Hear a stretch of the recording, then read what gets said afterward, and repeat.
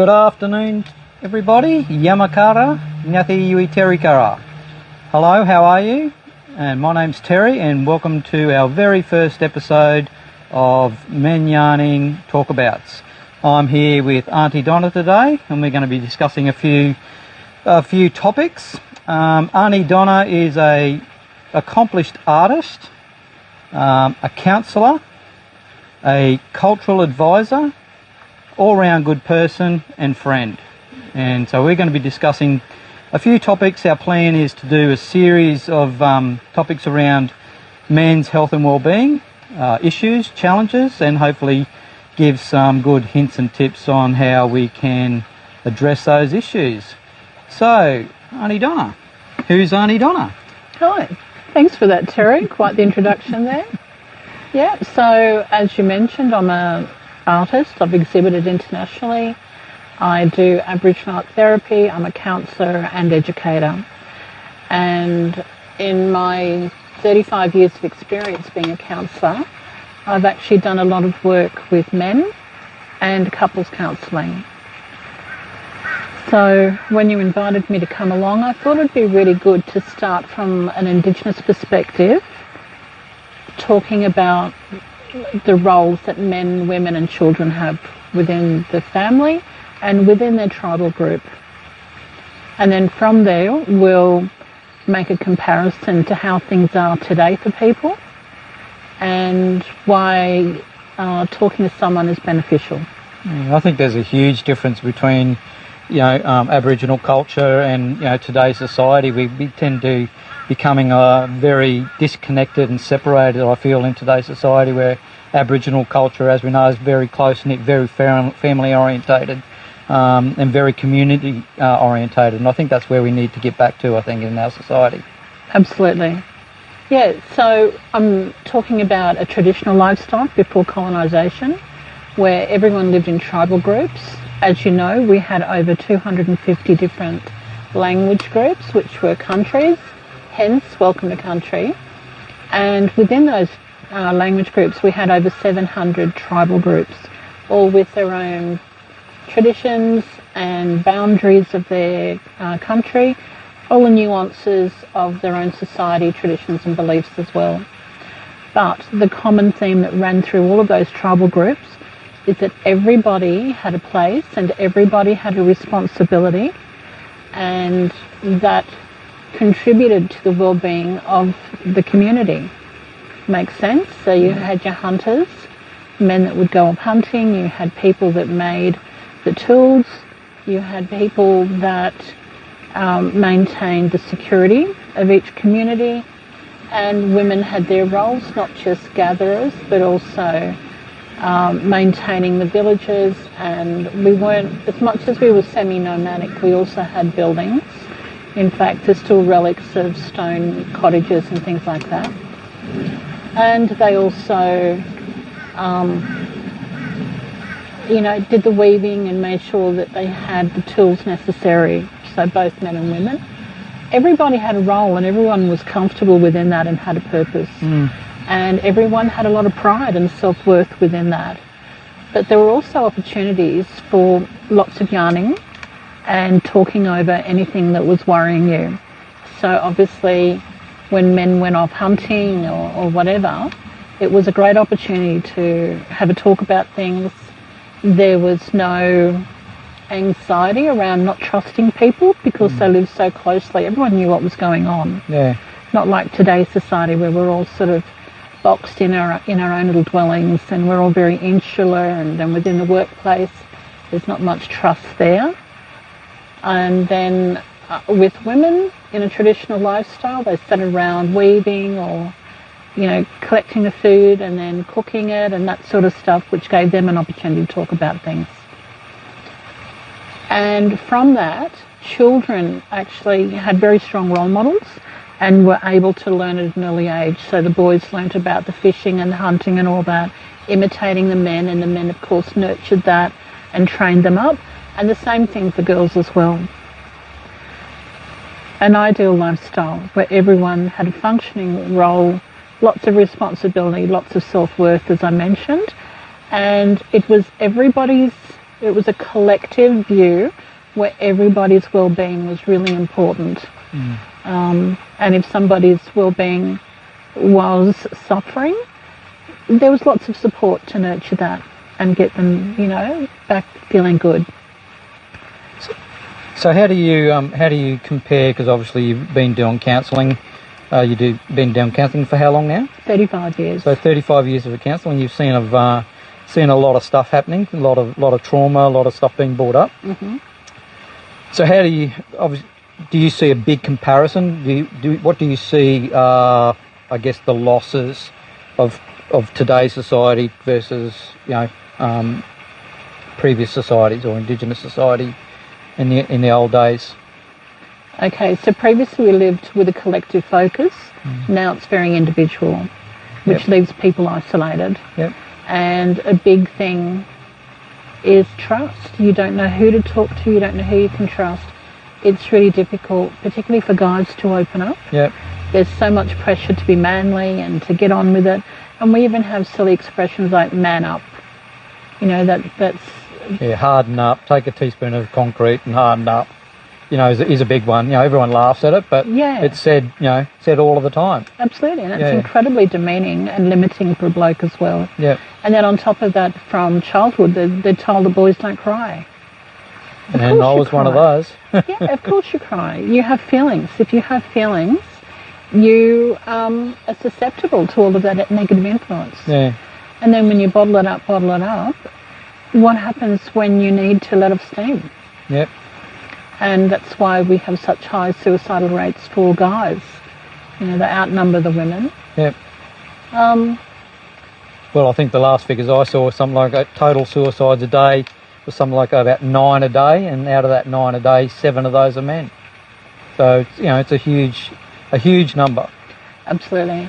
And when you think about the process of suicide, that's an incredible amount of feeling hopelessness, that there's nothing worth living for. That is incredibly sad. But intervention absolutely supports you and helps you. So we were talking about like society now. As I said, people are isolated within their homes, within their jobs. There's so much pressure on working out at a very young age what you want to be. How do you know what you want to be when you haven't experienced life or done stuff and sussed other stuff out? Yeah. And then if you have sussed things out, it's really hard for a guy who's got a family that are relying on him to look after them and pay the mortgage and all of that sort of stuff. It's hard for him to actually consider around other options and being able to try new stuff because of all the pressures, all the financial pressures particularly. And the reason that we see a lot of midlife crisis in guys, have you thought about why guys have such big midlife crises? I don't know. Is it to do with identity or loss of identity? Not sure, knowing who they are, or like you just said, who they are or what they want to do. Mm-hmm. They're like me. I've been a big advocate of changing things, as you well know. But I think it's like, for me, it was, I'm a creative, so I think of a lot of things and have great ideas and all that sort of stuff. I think that comes from me is finding that niche, going, oh, that's a great idea, but it doesn't feel right, it doesn't sit with me, so I'm going to go and try something else. And hence here I am doing manyaning, and it feels right. Mm-hmm. So for me, it's just finding that niche, finding who you are, where you fit, I guess. Yeah, that sense of belonging is important. So leading up to a midlife crisis, so what happens for a bloke is he's stuck in this position. He started out his career, he's made his way up, and he's stuck, and he's not happy, and he doesn't know how to make changes. There's all sorts of limitations. And then in the end, he blows up, and it's like, I'm not happy, I can't do this anymore. I don't know what I want to do, but it's not this. And it becomes a big issue for him because there's no real opportunity or support for him to break out of that box that he's kind of been trapped in and then try new things like you've had the luxury to do. But you know also the struggles that you went through to be able to find that freedom, find yourself. I think it's just having, like you say, the biggest thing is having that support. So, you know, we've been friends for a while now, and you've been, you know, a big part of that support and supporting what I've wanting to do. My wife's, you know, definitely been there behind me, supporting me. A lot of other people would probably, you know, wouldn't stick around because, you know, you're jumping from fence to fence, you know, from seat to seat. You don't know what you want, you know.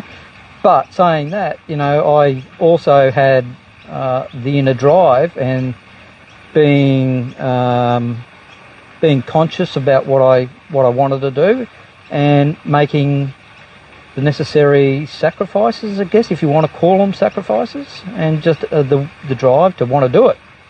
But yeah, it's totally understandable. I get exactly what you're saying. Yeah, totally resonate. So you're a really good example of what we're talking about, of being able to, as I said, break out of that box and find yourself, find where you belong. So traditionally, as I was speaking about before, everyone belonged and they were part of a community, and they had regular opportunity to be able to yarn to somebody. And of course we had still had huge respect for our elders. You know, they had so much wisdom and guidance, and because of that collective view of looking after everyone had the opportunity to be nurtured and looked after. So what if guys now are in a position where they are feeling really hemmed in and that box now has a lid on it and it feels like it's closing on them and they're really struggling? The really important thing to do is find yourself a village where you can be part of a team, where there's trusted ones there that you can yarn to and reach out to. And men yarning is the perfect opportunity, so that's a real credit that you've developed that, and I'd like to encourage other people to do that as well. Yeah, and thank you. And that's the main reason, you know, I'm starting men yarning, and I've had questions around, you know, why the separation, why is this only for men? And it's not just for men. Men yarning is an awareness campaign. It's for everybody. It's for women, children, men. And the whole purpose of men yarning is getting everybody to encourage the men to talk and to let them know that it's okay.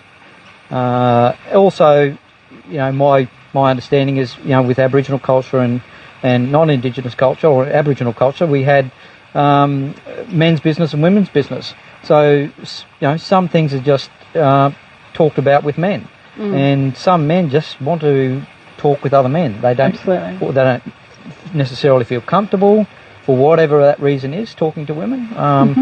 So with this being an awareness campaign, we also are going to have men only activities and events and stuff like that are purely just for men, to give them a space. You know, prime example is the Men Yarning Mondays that I hold on Monday nights at 7 o'clock.